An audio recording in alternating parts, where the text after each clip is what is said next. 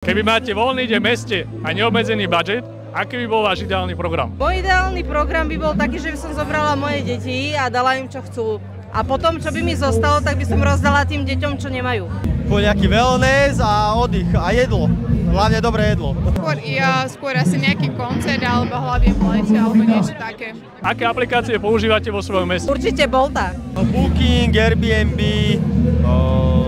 Možno parkovanie? no parkovanie, Bardors. Mapy.cz, Booking. Ak by ste mohli pridať nejakú vec alebo službu vo vašom meste, čo by to bolo? Ja by som dala takú zbierku skôr na tie sociálne slabé deti. Určite, pretože ja milujem deti. No donáškovú službu, to je nech sa zlepší. Ja si myslím, že Bratislava je celkom taká dostupná a vyvinutá skrz týchto vecí, takže aktuálne ma nič nenapadá, keď niečo potrebujem, tak stále akože nie je problém to nájsť, takže za mňa Bratislava úplne OK. Aplikácia In The City zhromažďuje takéto všetky informácie. Ak sa zaregistruješ, tak môžeš dostať voľný drink v tomto stánku. Takže určite odporúčam a No tak zaregistrujem určite.